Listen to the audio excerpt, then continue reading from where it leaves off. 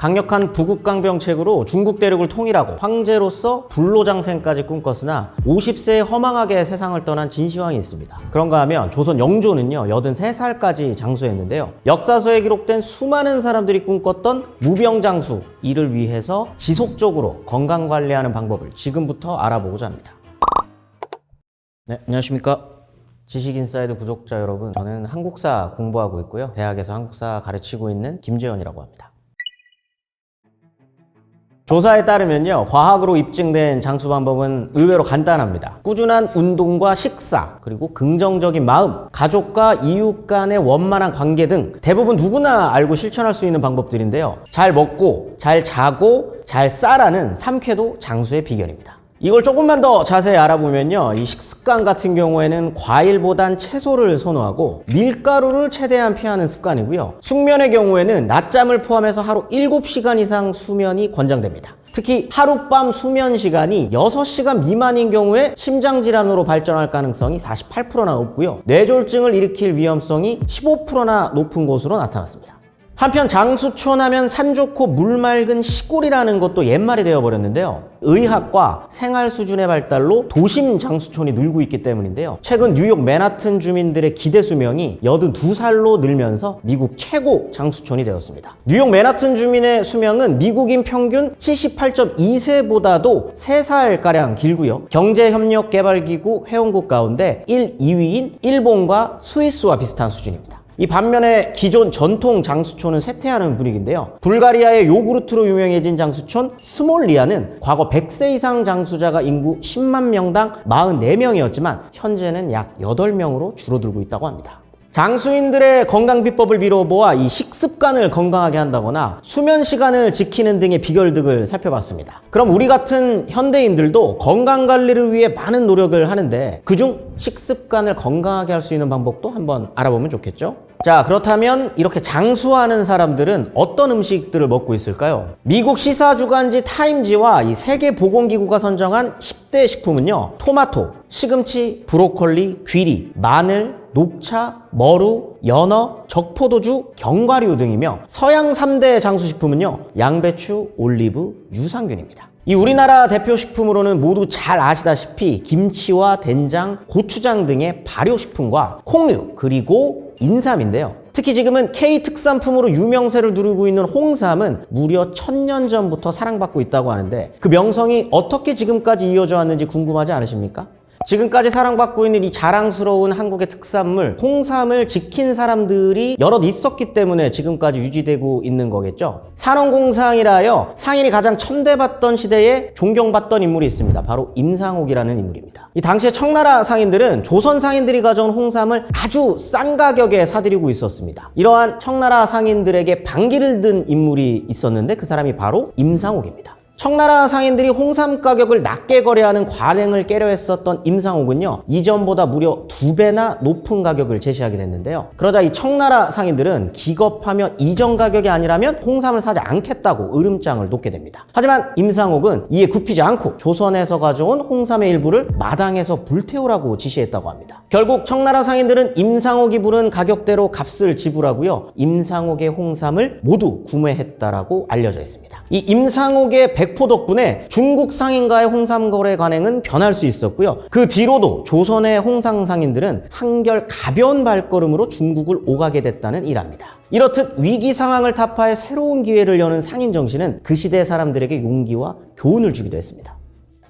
임상옥이라는 인물은 처음부터 성공했었던 사람은 아닙니다. 20대 후반 무렵에 세도 가문 밑으로 들어가서 상인 활동을 하게 되거든요. 이 사람이 좀 수완이 좋았었던 게 여기서 좀 드러나는데, 그때 당시 세도가의 아버지가 상을 당해요. 근데 그때 부의금을 말도 안 되게 세게 베팅을 합니다. 그게 어떻게 보면 이제 눈에 띈 거죠. 그래서 청나라에 홍삼을 판매할 수 있는 정권을 임상옥한테 맡겨버려요. 그러면서 성장을 하거든요. 근데 이게 그 이전이랑 이후에는 이런 임상옥 같은 인물이 나오지 않았었던 것도 이유가 있습니다. 왜냐면 이 시기 때 원래는 한 200~300근 정도밖에는 무역을 안 했어요, 홍삼을. 왜 그러냐면 청나라의 인삼이랑 경쟁을 하거든요. 그러다 보니까 조선 홍삼이랑 경쟁을 경쟁을 하자니 품질이나 이런 면에서 조선 홍삼이 훨씬 좋아요. 인삼 중에는 백제삼이랑 신라삼이 으뜸이다라는 얘기는 굉장히 오래전부터 나오는 이야기이기 때문에 이 시기까지도 이 한반도에서 나는 인삼이 굉장히 유명했어요. 그러니까 이 청나라 입장에서는 경쟁이 좀 안 된다고 인식을 했기 때문에 금지시켰다가 워낙 이 조선의 홍삼이랑 인삼이 유명하고 좋다 보니까 결국에는 무역을 허가해줘요. 근데 그때가 이때였던 거죠. 그러다 보니까 이제 거상으로 성장을 할 수 있게 됐던 거죠.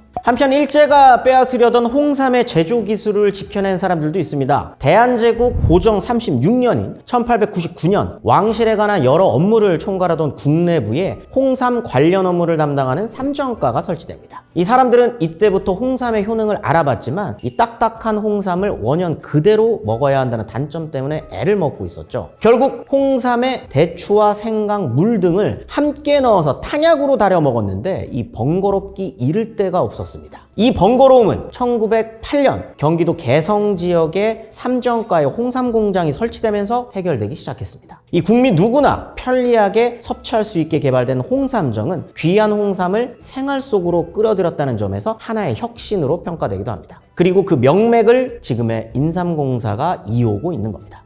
앞서 얘기했었던 국내부의 삼정과가 설치됐었던 부분이 사실 고종이 홍삼을 지키려고 했었던 과정 중에 하나이기도 하거든요. 왜냐하면 전매제를 고종이 이미 대한제국 때 실시했다라는 이야기입니다. 정부에서 허락된 사람들이 아니면 홍삼을 만들 수도 없고요. 인삼을 기를 수도 없게 한 건데 사실 앞서서 말했었던 임상옥 이야기랑도 연결이 되는 거예요. 그때부터 사실 동아시아에서는 조선의 홍삼이 대단히 유명했기 때문에 조선의 많은 수익 부분을 담당을 하게 됩니다. 그렇기 때문에 19세기 후반의 열강들, 특히 이제 일본이 자본이 조선으로 침투되는 과정에서 꼭 지켜야 하는 수출품 중에 하나가 이제 홍삼이 된 거거든요. 그 중에 가장 중요한 게 관세를 굉장히 높게 책정하는 겁니다. 이 시기에 조약이 체결되는 속에서 굉장히 조선에서 나는 물건들이 염가에 수출이 되게 되는데 왜냐하면 관세를 5% 이하로 다 낮춰버리거든요. 근데 그때도 고종 같은 경우에는 이 홍삼은 제가 알기로 한 15% 이상까지도 관세를 유지를 해요. 그 말은 최대한 이 홍삼 같은 경우에는 좀 싼 값에 반출되는 거를 막으려고 했었던 거죠. 그러니까 높은 가격에 수출을 하기 위해서 좀 노력을 했었던 사람이 고종이라고 할 수 있습니다.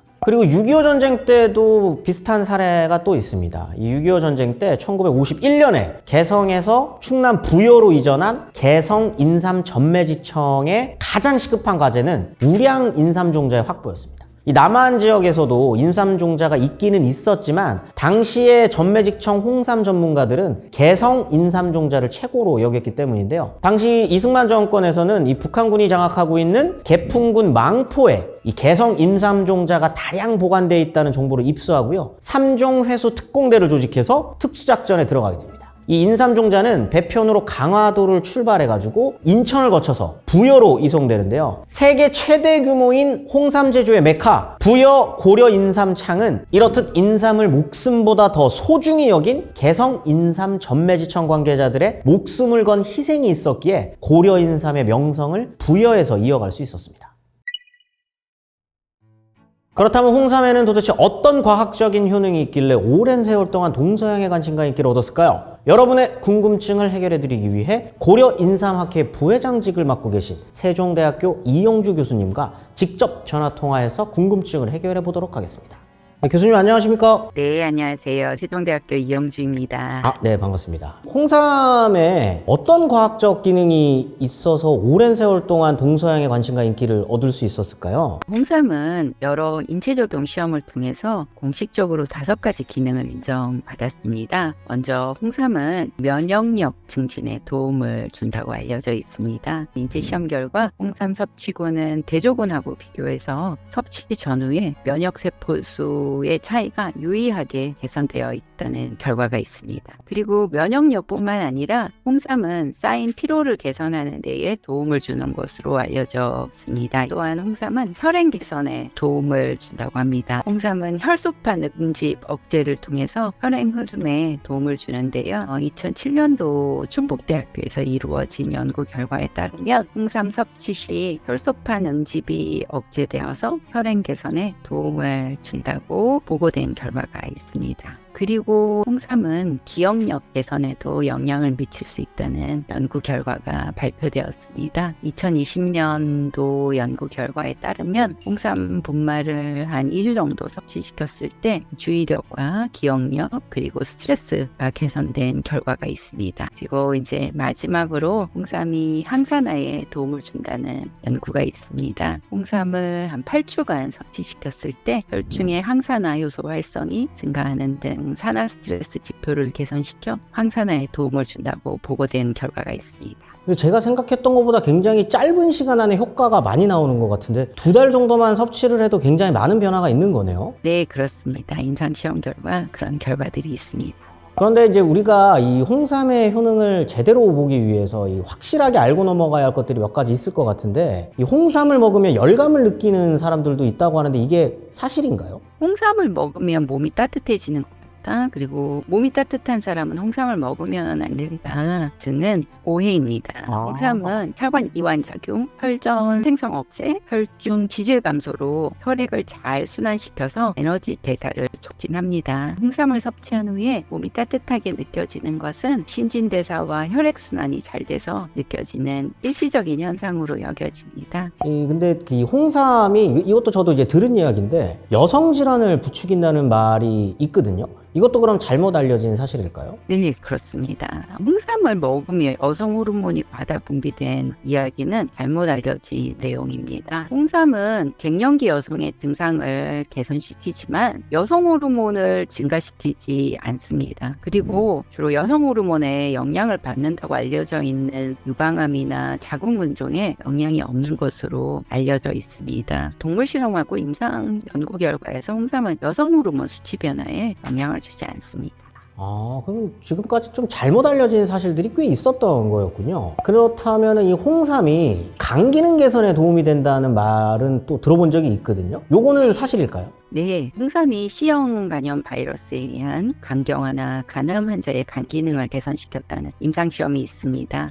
이제 그러면 마지막 질문을 드려야 될 것 같은데요. 우리가 홍삼을 잘 알고 구매하기 위해서는 이 포함된 성분도 좀 확인할 필요가 있지 않겠습니까? 사실 이제 그 중에 가장 잘 알려진 게 이건 뭐 저도 들어보고 사포닌, 이게 뭐 진세노사이드라고 알려진 성분이잖아요. 이 성분이 많이 포함될수록 좋은 홍삼이라고 할 수 있는 건가요? 아닙니다. 식약처가 인정한 5가지 홍삼 기능성은 진세노사이드가 아닌 홍삼 그 자체의 기능을 뜻합니다. 한 연구 결과에 의하면 사포닌과 비사포닌 함량의 균형을 통해서 이런 기능이 나타나는 거고, 홍삼의 수치는 실제 제조 공정의 변화를 통해서 조절 변경이 가능하므로 사포닌의 함량이 기능성의 정도를 정말 수치로 정의하기는 어렵다고 생각합니다. 때문에 홍삼을 고를 때에는 비사포닌의 함량과 적절한 균형, 조화를 잘 구현하는 그런 브랜드의 제품을 선정하는 것이 좋다고 볼 수 있겠습니다.